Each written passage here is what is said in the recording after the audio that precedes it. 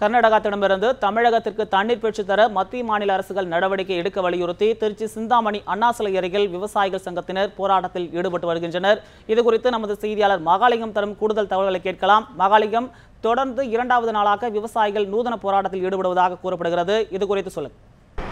வணக்கம் மகேஷ். சம்பா சாகுபடி நடைபெறுவதற்கு கர்நாடகத்திலிருந்து தமிழகத்திற்கு தண்ணீர் பெற்றுத்தர மத்திய மாநில அரசுகள் நடவடிக்கை எடுக்க வேண்டும் என்பதை வலியுறுத்தி நேற்று தமிழக விவசாய சங்கங்களின் ஒருங்கிணைப்பு குழு சார்பில் தமிழகம் முழுவதும் முழு அடைப்பு போராட்டம் நடைபெற்றது. இதற்கு அனைத்து அரசியல் கட்சிகளும் மற்றும் தொழிற்சங்கங்கள் மற்றும் வணிகர்கள் ஆதரவு தெரிவித்து பல்வேறு விதமான போராட்டங்களை நடத்தினர். குறிப்பாக திருச்சியில் ரயில் மறியல், சாலை மறியல், கடை அடைப்பு உள்ளிட்ட பல்வேறு போராட்டங்கள் நடைபெற்றது. இதில் பங்கேற்றவர்களை காவல்துறையினர் நேற்று கைது செய்தனர். குறிப்பாக கடந்த 5 ஆண்டுகளில் போதிய நீர் இல்லாத காரணத்தினால் குறுவை சாகுபடி பெருமளவு பாதிக்கப்பட்டுள்ளது. இது மட்டும் இல்லாமல் தற்பொழுது போதிய நீர் இல்லாத காரணத்தினாலும் சம்பா சாகுபடி நடைபெறுவதற்கு கர்நாடகத்திலிருந்து தண்ணீர் பெற்று தர வேண்டும் என்பதை வலியுறுத்தியும் காவேரி மேலாண்மை வாரியம், காவேரி பங்கீட்டு குழுவை மத்திய அரசு அமைக்க வேண்டும் என்பதை வலியுறுத்தி விவசாயிகள் பல்வேறு கட்ட போராட்டங்களை நடத்தி வருகின்றனர். அதே போல மத்திய மாநில அரசுகள் வலியுறுத்தியும் கோரிக்கை மனுக்களும் அனுப்பியுள்ளனர். இதற்கு எந்தவித நடவடிக்கையும் எடுக்காத பட்சத்தில் தற்போது விவசாயிகளின் போராட்டம் தீவிரமாக நடைபெற்று வருகிறது. இதன் ஒரு பகுதியாகத்தான் தற்பொழுது திருச்சி சிந்தாமணி அண்ணா சிலை அருகே தேசிய தென்னிந்திய நதிகள் இணைப்பு விவசாய சங்கத்தினர் நூதன முறை ஆர்ப்பாட்டத்தில் ஈடுபட்டுள்ளனர். அதாவது 6 நாட்கள் தொடர்ந்து உண்ணாவிரத போராட்டத்தில் ஈடுபட்டு வருகின்றனர்.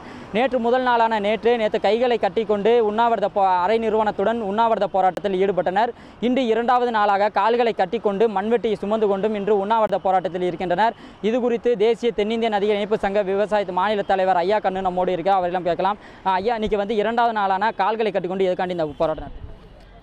விவசாயிகளை மத்திய சர்க்காரும் பார்க்க மாட்டேங்குது, மாநில சர்க்காரும் பார்க்க மாட்டேங்கிறாங்க.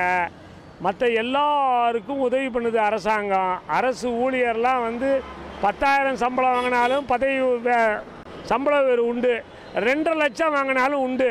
ஆனால் விவசாயி 5 ஏக்கருக்கு மேலே இருந்தால் ஒன்றும் இல்லைங்குது மாநில சர்க்கார். இன்றைக்கு விவசாயிக்கு தண்ணீர் கொடுக்க வேண்டியது அரசனுடைய கடமை. ஆனால் கடமையை செய்ய மத்திய மாநில அரசுகள் மறுக்கிறது. சட்டப்படி தர வேண்டிய தண்ணீரை கூட கர்நாடகா தரமாட்டேங்குது.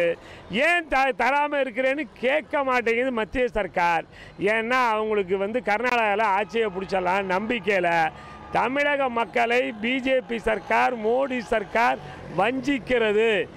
விவசாயிகளை ஏமாற்றுகிறது. தமிழக விவசாயிகளை அரசியலமைப்பு சட்டம் சொல்லியிருக்கு, கூட்டாட்சி தத்துவம் சொல்லியிருக்கு. கூட்டாட்சி காவிரி நடுவமன்ற தீர்ப்படி தண்ணியை கொடுக்கணும், காவிரி மேலாண்மை வாரியத்தை அமைக்கணும், காவிரி நீர் பங்கீட்டு குழு அமைக்க மாட்டேங்குது.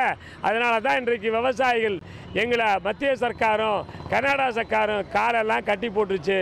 எங்கள் மண்வெட்டி தேய்ந்த மாதிரி நாங்களாம் தேஞ்சு போட்டோம், உள்ளத்தால் உடலான்னு உட்காந்துருக்கோம். இன்றைக்கி ஐயா, இப்போ நம்ம தமிழகத்துடைய நதிநீர் உரிமைகளை பெறுவதற்கு மத்திய அரசுகள் எந்த மாதிரி நடவடிக்கை எடுக்கணும்னு நீங்கள் நினைக்கிறீங்க? மாநில சர்க்கார் எப்படி இன்றைக்கி கர்நாடகாவில் அனைத்து கட்சியும் கூட்ட நான் பேசுகிறாரோ முதலமைச்சர், அது மாதிரி இவங்க எல்லா கட்சி எல்லா விவசாய சங்கங்களையும் கூட்டி பிரதம மந்திரிட்ட போய் காவிரி மேலாண்மை வாரியத்தை அமைங்க, 5 லட்சம் ஏக்கர் சாப்பிடு இந்த கர்நாடகா இன்றைக்கி 38 லட்சம் ஏக்கர் சாப்பிடு பண்ணுது, தண்ணி இல்லைன்னு பொய் சொல்லுது, 10% தான் தண்ணி கம்மின்னு இருக்குது. அப்போனா மீதி தண்ணியெல்லாம் என்ன பண்ணு 90% சாப்பிடு பண்ணியிருக்கு. அதை கேட்கணும்னு சொல்கிறாங்க. நன்றிங்கய்யா.